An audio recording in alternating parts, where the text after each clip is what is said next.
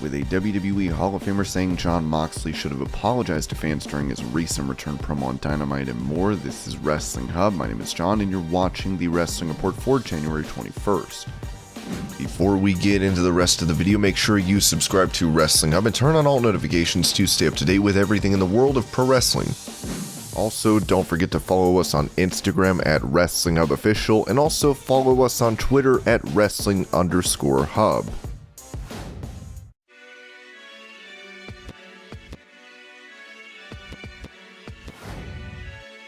Following her return to SmackDown, Lita is set to be involved in the upcoming Women's Royal Rumble. Talking about her having one last run in WWE, Dave Meltzer noted in the Wrestling Observer newsletter that Lita could be staying with the company after the pay-per-view. Lita was announced last week for the Rumble and debuted on SmackDown on January 14th, doing an angle with Flair. She talked about coming in for a last run. It did come across like she's back as a regular for the short term as a wrestler, and not just doing the Rumble and being gone like most of the women. The injury to Banks and quitting of Storm did make them short babyface women for Flair, since Naomi, the top one pushed, is obviously building to a match with Deville.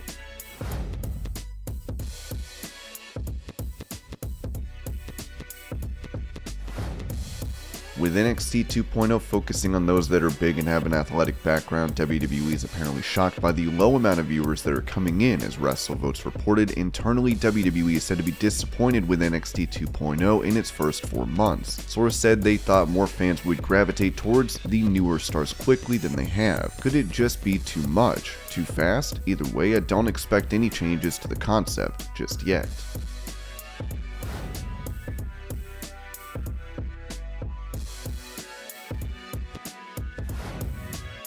With news of Sami Zayn re-signing with WWE, further information is now available, as it was said in the Observer that Zayn signed a new multi-year contract. This actually took place back at the same time Kevin Owens signed, and we noted that the locker room talk was that he signed. Unlike with Owens, it wasn't confirmed by company sources past other wrestlers, but the signing coincided with when they had him start working with Lesnar and Reigns on SmackDown. Zayn is now involved in a feud with Jackass star Johnny Knoxville, as the star recently took to Twitter to verify that he is sticking around in the company.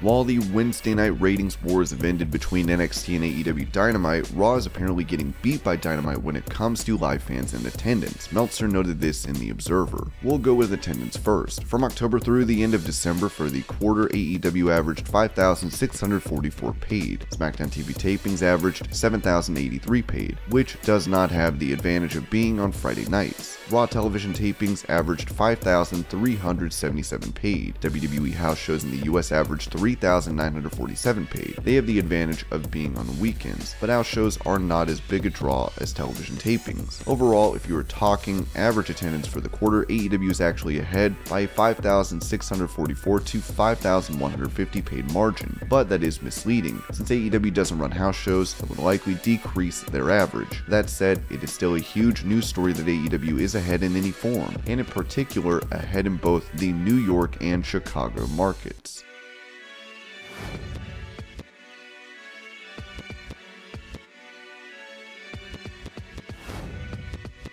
Recently, Mustafa Ali made it known to fans that he had requested his release from WWE, but a report came out saying after that the company would not be letting the star go. Ali apparently has years left on his current deal, and has not been seen on programming in months. Speaking about Ali in the newsletter, it was pointed out that a current AEW star worked hard to push Ali when he was a part of creative. When Bryan Danielson was in creative, he pushed hard for Ali, and a gauntlet match was scheduled for him to go about an hour before losing, with the idea it would get him over. He ended up injured in a match with Orton just before that match. Kofi Kingston took his spot in the match, got over, and it led to Kingston being slotted to take the WWE title from Daniel Bryan at WrestleMania. This isn't to say Ali was going to win the title, as he was not scheduled, but once he returned, his ship sailed. He was given a gimmick as the leader of Retribution, but that group failed before they started. At the end of the day, and there are always exceptions, but most people who have the drive to be top workers aren't going to be happy at 35 while in their prime to not be used.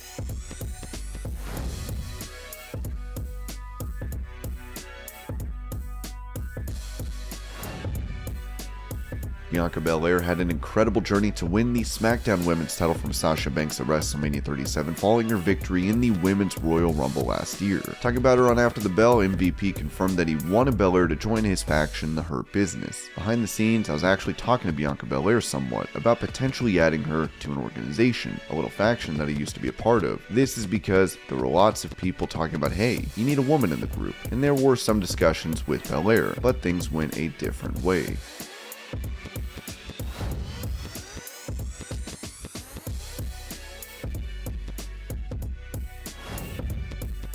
On the Casio's Cut podcast, Paul Heyman touched on his days running ECW, saying this about how much help social media would have provided during that time. We would have exploited that, like every other opportunity and every other platform that we had. I can't tell you that it would have hurt ECW, because if it would have hurt ECW, then I wouldn't be doing my job understanding the parameters and the opportunities that are presented by any platform or any concept of distribution that was happening at the time. Then again, would it have helped? One would only hope.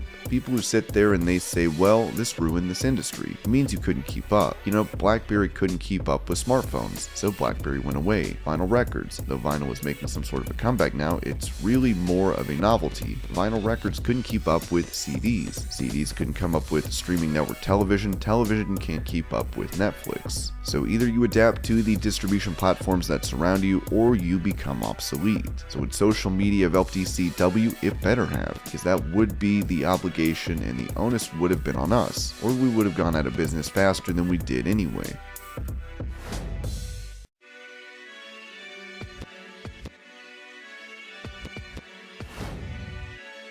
After making his AEW debut at Double or Nothing last year, Mark Henry has signed a multi-year deal with the promotion. While he has made it known that he wants to wrestle for the company, he recently noted on Busted Open Radio that he may need surgery. I recently got in the ring and started working with the big guys. Right now, I'm still in pain. As your girl Janet said to me, don't get in there, in the ring, and lose your mind. I only know one way. I did get in there and lose my mind, and I'm beat up. I think I'm gonna have to have surgery on my shoulder.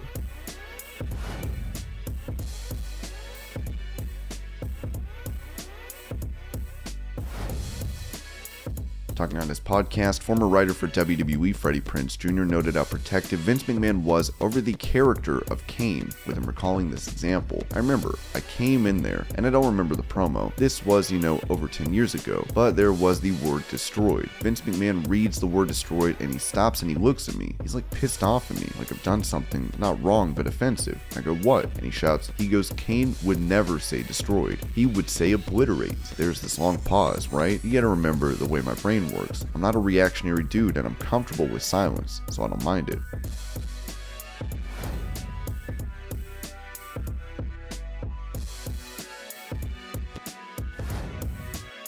While Trent and Rocky Romero were set to take on the Young Bucks tonight for Rampage, Romero is taking to Twitter to let fans know that he is tested positive. Busted Open would break news regarding this matter, saying that this match will now feature Trent taking on Nick Jackson in singles action.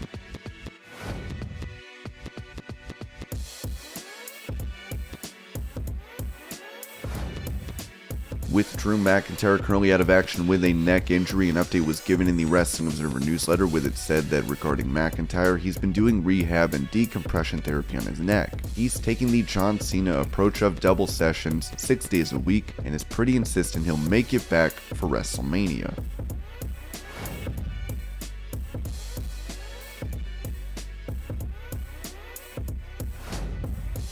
With Jon Moxley making his long-awaited return to AEW this week, many were happy to see the former champion back in the ring. On Busted Open Radio, Bully Ray said Moxley should have apologized to fans for letting them down during that promo. I didn't enjoy that they started off with Moxley. They came out with a bang. People were ready for it, and Moxley said what he needed to say. However, I would have liked to have heard just a little bit of accountability from Jon. I understand the whole demons thing, and we always use the word demons as a creative word to get around the real issues, whether it's an alcohol issue, whether it's a drug issue. In Tommy Dreamer's case, it's an eating issue. Everybody has some kind of demon that they have to get around. We have our demons. These demons got the best of Jon for a time period where he had to step away from AEW. I would have liked to have heard him say a bit of an apology to the AEW fans. You don't have to apologize to the boys, even though the boys do count on you, but any one of those guys and gals could have the same problem that you did, and trust me, I came up in an era where a slew of men and women had their demons. The fans expect a little bit more from you. One what about the fans that bought tickets to see AEW and Jon Moxley while Jon was away taking care of his problems? I'm very happy that he left and took care of his problems, and he looked incredibly healthy last night, and I love everything that he said. I just would have loved to have heard a little bit of accountability. I don't know if I'm sorry is necessarily the right word, but maybe endear yourself a little bit to the crowd if you felt you let them down. This is coming from me, the hard ass of all hard asses. Personally, if it was me in the same situation, the first thing I would have said is, guys, I'm sorry if I let you down. I think that would have been the proper thing to do. Following these comments from bully Jon Moxley would end up trending on Twitter, with many fans reacting to the WWE Hall of Famer's take on the situation. Now that I've heard the comments, Bully Ray's take on Jon Moxley is absolute ass. Why? Why would he owe the fans an apology for taking care of his personal problems? Stupid shit all around. Let's all laugh at Bully Ray's horrible take on Jon Moxley. Strange from Bully Ray. This wasn't Jon Moxley the character getting help, this is real life stuff. Mox looks amazing on his return. My point is that I just hate everything that Bully Ray said here, especially when talking about Jon Moxley's return, plain and simple. Moxley's wife Renee would react to Bully's comment, writing, "Real bad take, Bully Ray." Paige would reply to that saying, "There's a reason everyone prefers Devin." What an awful, awful thing to say.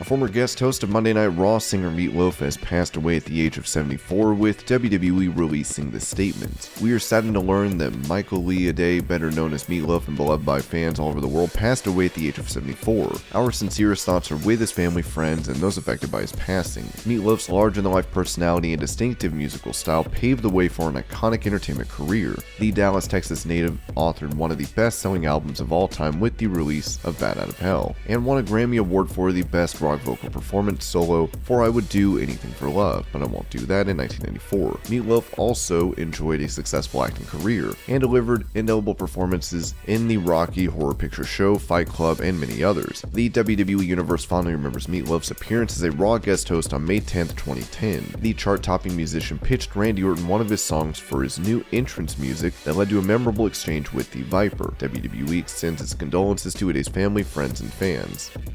And this was your Pro Wrestling News Update. I hope you're all having a great day. Thank you so much for watching, and I'll see you later.